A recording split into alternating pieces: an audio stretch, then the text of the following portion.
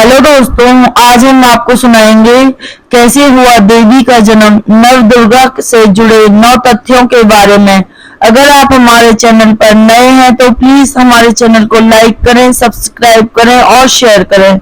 नवरात्रि का महत्व तो सभी जानते हैं। हिंदू धर्म में दुर्गा की पूजा के लिए खास यह दिन बहुत ही शुभ होता है।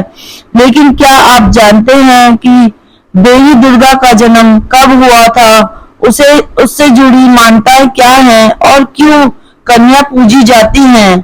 नवरात्रि यानी वो 9 दिन जब शक्ति की पूजा की जाती है, जिसे देवी की रूप में मान्यता दी गई है। वो शक्ति जिसे देवताओं के महिला रूपी अवतार में देखा जाता है। दुर्गा के जन्म से लेकर उनके युद्ध में विजय पाने तक शक्ति के अनेक रूपों के बारे में हिंदू शास्त्र बताते हैं। लेकिन क्या आप जानते हैं कि जिस नवरात्रि में हम दुर्गा पूजा करते हैं, उससे जुड़ी मान्यताएं क्या हैं, क्यों कन्या पूजा की जाती है, कैसे देवी का जन्म हुआ और क्यों दुर्गा की सवारी शेर है। देवी का जन्म सबसे पहले दुर्गा के रूप में ही माना जाता है, जिसे राक्षस महिषासुर का वध करने के लिए जन्म दिया गया था। और यही कारण है कि उन्हें महिषासुर मर्दनी भी कहा जाता है। पौराणिक कथा के अनुसार देवताओं को भगाकर महिषासुर ने स्वर्ग पर कब्जा कर लिया था। तब सभी देवता मिलकर त्रिमूर्ति के पास गए थे।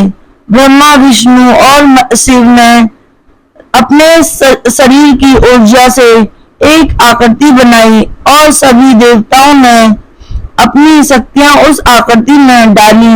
इसलिए दुर्गा को शक्ति भी कहा जाता है।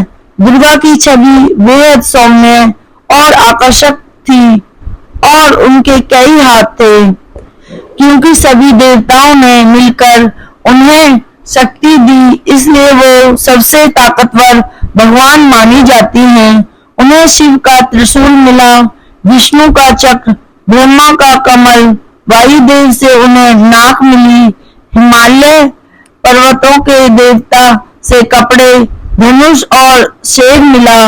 और ऐसे एक एक कर शक्तियों से वो दुर्गा बनी और युद्ध के लिए तैयार हुई। दुर्गा की शक्तियों के बारे में ऋग्वेद के श्लोक में पढ़ा जा सकता है।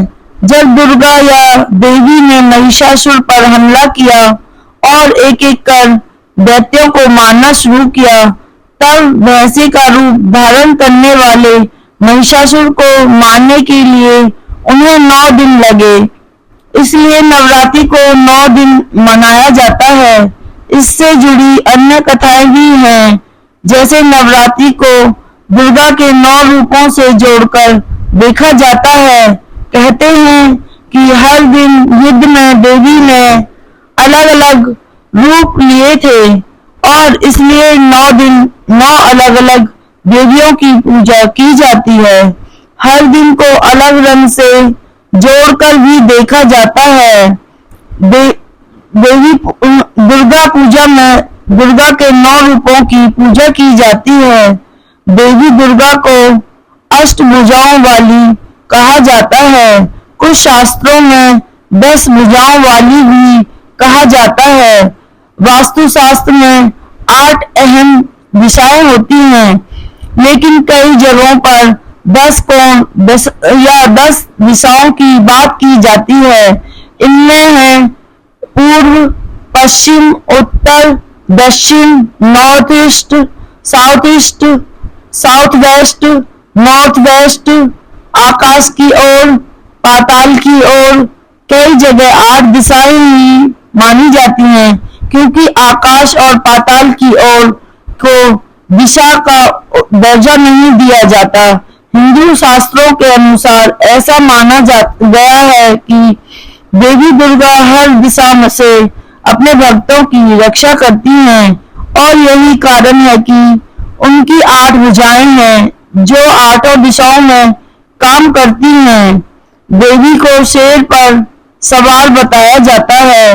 दुर्गा का वाहन शेर है और इसे अतुल्य शक्ति से जोड़कर देखा जाता है। ऐसा माना जाता है कि शेर पर सवार होकर दुर्गा माँ दुख और बुराई का अंत करती हैं। दुर्गा को त्रिरंके कहा जाता है, यानी 3 आंखों वाली। शिव भी त्रिनेत्र कहलाए हैं, जिनकी 3 आंखें थीं।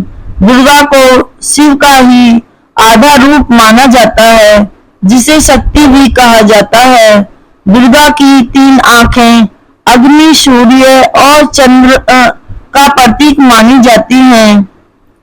नवरात्रि को दुर्गा पूजा के नाम से भी जाना जाता है। कहा जाता है कि भगवान राम ने माँ दुर्गा की पूजा की थी, जिन्हें राम ने महिषासुर मर्दिनी के नाम से ही संबोधित किया था।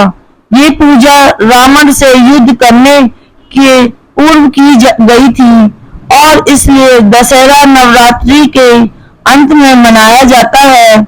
जिस दिन रावण का वध हुआ था, माना जाता है कि राम जी ने दुर्गा पूजा के वक्त 108 नीलकमल चढ़ाए थे दुर्गा को, और इसलिए ही 108 को शुभ माना जाता है।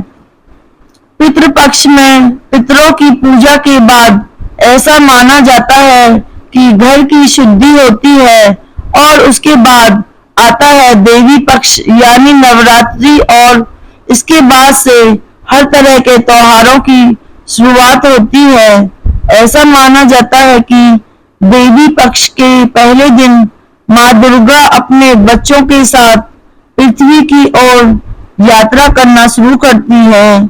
इस प्रथा से जुड़ी मान्यता ये है कि तवायफ के घर जाने से पहले एक पुरुष अपनी सारी अच्छाइयाँ और पवित्रता उसके आंगन में छोड़कर ही अंदर जाता है, और यही कारण है कि तवायफ के आंगन की मिट्टी बहुत पवित्र हो जाती है। इसी मिट्टी को मिलाकर दुर्गा की मूर्ति बनती है। कन्याओं को देवी का रूप माना जाता है और उन्हें सबसे पवित्र माना जाता है। जब तक कन्या उनकी महामारी शुरू नहीं होती, क्योंकि नवरात्रि को देवी यानी महिला रूप को पूजने के लिए मनाई जाती है, इसलिए इसे छोटी कन्याओं को इससे जोड़ा जाता है। असल में ये पूजा स्वामी विवेकानंद ने 1901 में बेंगलुरु मठ में शुरू की थी। इसे दुर्गा की शक्ति से जोड़कर भी देखा जाता है।